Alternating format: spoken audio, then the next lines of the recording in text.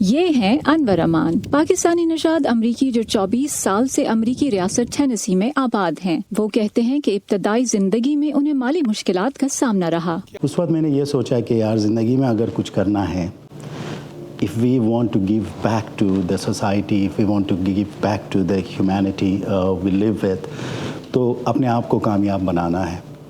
اور اسی انسپریشن کو جو ایک انڈین ایجنسی کے تھرو میرے میں آئی، اسی کو آگے لے کے میں چلا، اور پھر with $625 in my pocket I started my life in United States۔ لیکن شروع میں امریکہ میں بھی زندگی کچھ آسان نہیں تھی۔ انہوں نے حالات سے مقابلہ کرنے کی ٹھانی اور اپنے لیے کچھ مشکل فیصلے کیے۔ ڈینٹل لیب میں کام کیا 15 گھنٹے 16 گھنٹے روزانہ، کنوینئنس اسٹور میں کام کیا 16 17 18 گھنٹے 7 days a week۔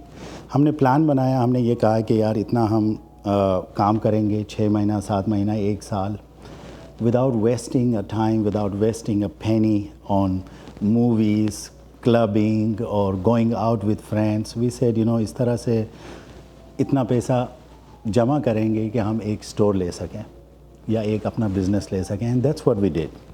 we started with one business about 25 years ago and rest is history۔ وہ ریاست ٹینیسی میں ریڈینٹ گروپ کے CEO کی حیثیت سے 225 سے زیادہ کاروبار چلا رہے ہیں، جس میں پیٹرول پمپس کے علاوہ فاسٹ فوڈ ریسٹورانٹس، کمرشل اور رہائشی ریل اسٹیٹ اور کنوینئنس اسٹورز بھی شامل ہیں۔ انور حقیقتاً اس کمیونٹی کے لیے ایک اثاثہ ہیں، نہ صرف ایک کامیاب بزنس مین کی حیثیت سے بلکہ کولیا ویل میں کمیونٹی کے کاموں میں شرکت کی وجہ سے بھی۔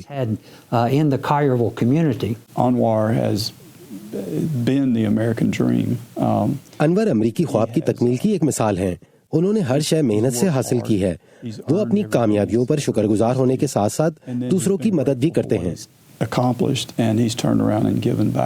ان کی سماجی اور کاروباری سرگرمیوں کا دائرہ کار صرف امریکہ تک محدود نہیں، بلکہ وہ پاکستان میں بھی مختلف منصوبوں پر کام کر رہے ہیں۔ وہ اپنے آبائی شہر چترال میں پہلا 5 اسٹار ہوٹل تعمیر کروا رہے ہیں۔ بے گھر بچوں کی رہائش اور تعلیم و تربیت کے لیے پشاور میں خیبر پختونخوا حکومت کے اشتراک سے اسپارک آف ہوپ مرکز چلا رہے ہیں۔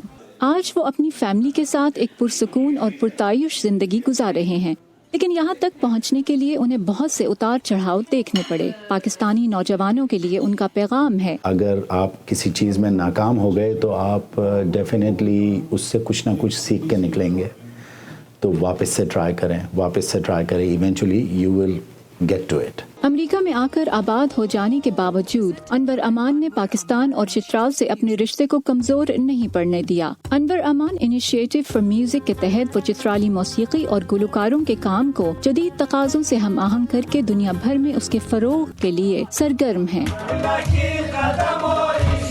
Faiza Bukhari, voice of America, Collierville, Tennessee.